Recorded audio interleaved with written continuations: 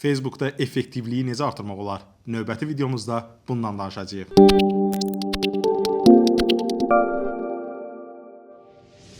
Meta platformalarına daxil olan sosial şəbəkələrdə hekayə bölməsində paylaşılan kontentlər səhifənin keyfiyyətinə olduqca təsir edən vacib elementlərdən biridir. Belə ki, burada paylaşılan kontentlər mütləq şəkildə istifadəçilər tərəfindən ən az 80% həzmində izlənməsi lazımdır. Məsələn, hekayə bölməsində ondan çox paylaşım edilibsə və ikinci paylaşımdan sonra istifadəçilər başqa səhifəyə keçid edirlərsə, bu zaman səhifənin keyfiyyəti aşağı düşmüş olur. Bəs bu halda nə etmək lazımdır?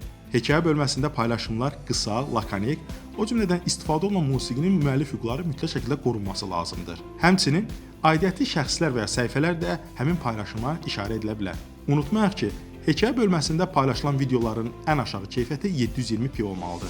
Meta platformalarında canlı yayımlar da növbəti ən effektiv faktorlardan biridir. Ümumiyyətlə, istifadəçilərin bir paylaşım üzərində daha çox vaxt keçirməsi Meta'nın ən sevdiyi məqamlardan biridir.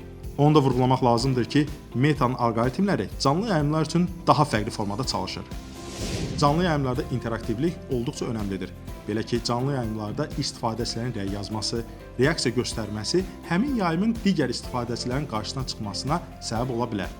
Amma burada da yayım qaydalarını mütləq şəkildə diqqətdə saxlamamız lazımdır. Yayımda tütün istifadəsi, şiddət və silah elementləri, o cümlədən də icazəsiz musiqi istifadəsi avtomatik olaraq canlı yayımın dayandırılmasına səbəb ola bilər. Amma bunu da unutmayaq ki, canlı yayımla bağlı gəlmiş hər hansı bir mənfi bildiriş növbəti yayımların daha az insana görsənməsinə səbəb olacaqdır. Sosial media ilə bağlı daha çox məlumat əldə etmək üçün bizi izləyin.